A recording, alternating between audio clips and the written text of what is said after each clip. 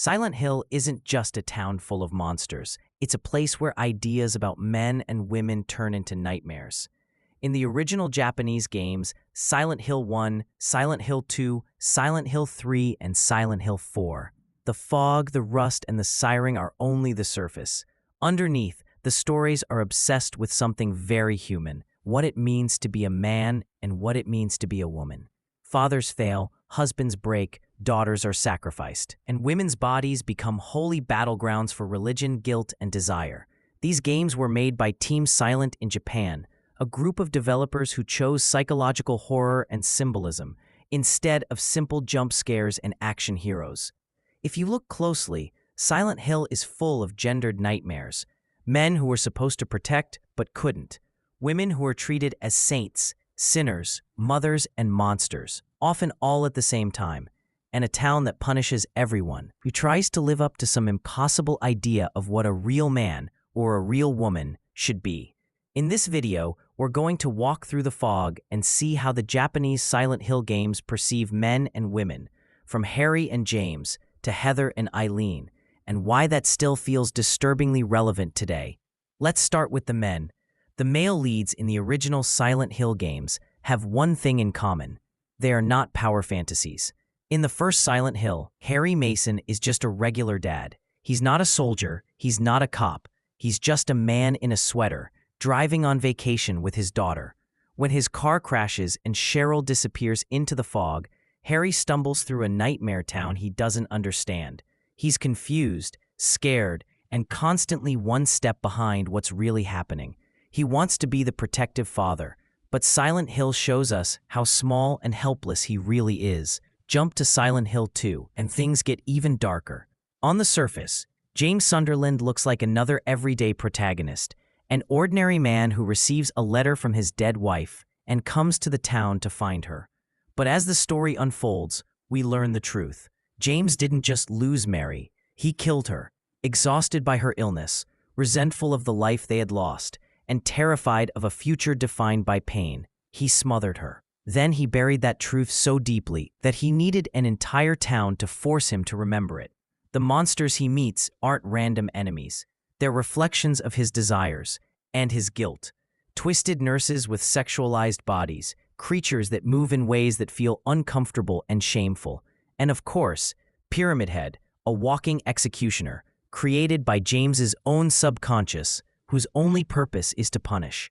Silent Hill looks at James and says, "This is what happens when you can't face your own feelings and your own actions." By Silent Hill 4, even when the main character, Henry Townsend, is technically the hero, he's strangely passive. He's locked in his apartment. He watches his neighbor Eileen and the outside world through a peephole. He doesn't charge into battle. He just observes. The real active male force in that story is Walter Sullivan, a serial killer whose ritual mixes religious delusion with childhood abandonment and rage. He isn't a cool villain. He's a broken man who turns his pain outward and destroys other people. Across these games, masculinity is fragile, guilty, and often paralyzed. Men are supposed to protect, but they fail. They're supposed to be rational, but they snap under pressure. They're supposed to love, but their love curdles into control, violence, or escape. Silent Hill takes all those expectations and treats them as another kind of horror. If the men in Silent Hill are defined by guilt, the women are defined by projections. Mary and Maria in Silent Hill 2 are the clearest example. Mary is James's real wife. She's sick, she's angry. She can be loving, but she can also be bitter and harsh. In other words, she's human. Maria is the dream version. She's sexy, playful, flirtatious. She wears revealing clothes. She tells James exactly what he wants to hear. She promises she can be just like Mary, but better. Together, they echo a classic cultural split, the good wife and the dangerous seductress, the saint and the temptress. But Silent Hill doesn't just repeat that cliché. It shows how childish it is. Maria keeps dying dramatically, violently, and then reappearing as if nothing happened. She's like a save point fantasy, the perfect woman who never truly goes away. No matter how often she is hurt, Mary, the supposedly pure wife, is not purely saintly either. She's frustrated. She's in pain. She resents what her sickness has done to their life. Neither woman fits neatly into a simple category, and that's the point. Then there's Angela Orozco. Angela has one of the most painful stories in the series.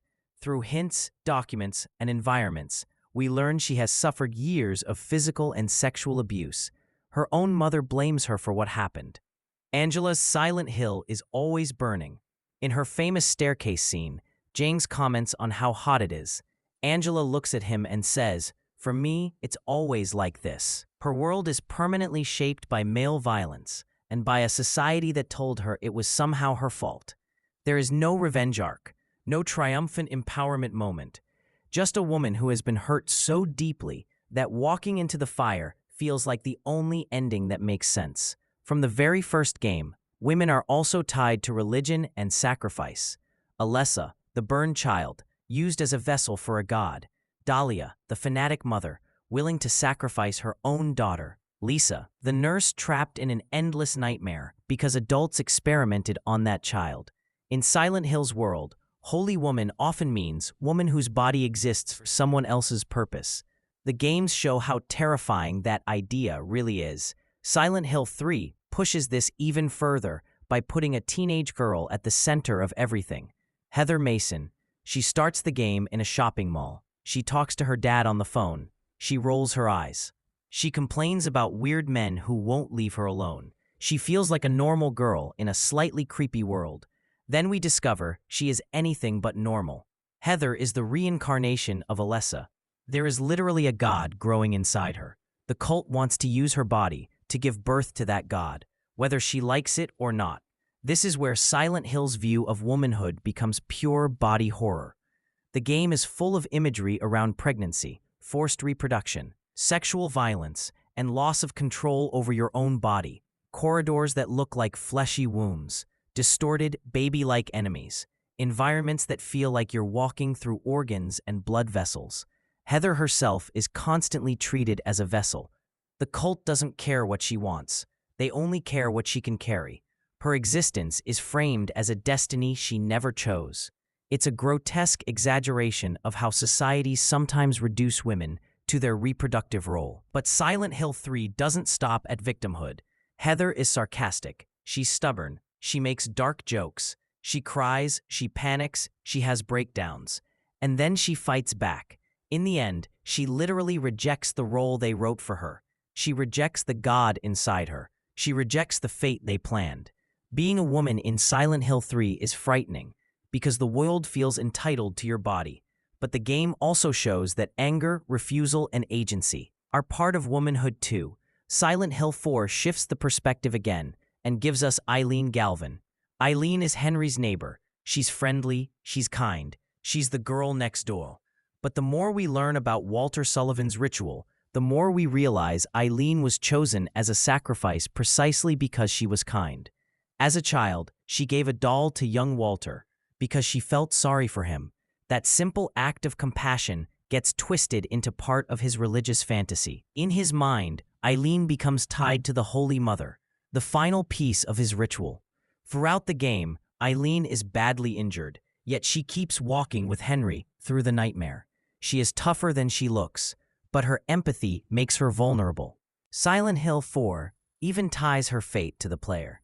If you let her take too much damage, she may walk willingly to her own death under Walter's influence.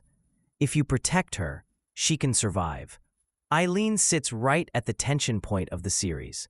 On one hand, the story clearly feels sympathy for her and condemns Walter's violence.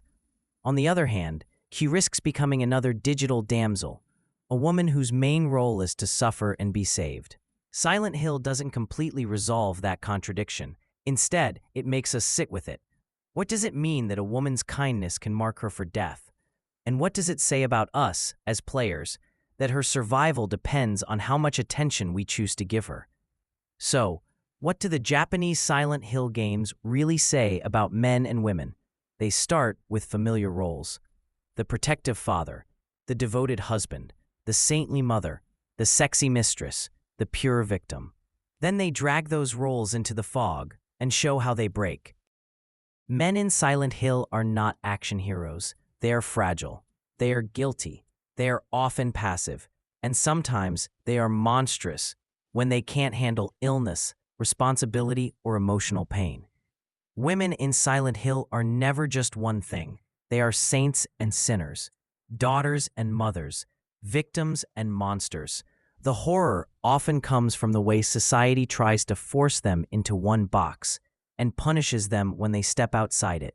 The town of Silent Hill weaponizes gender expectations.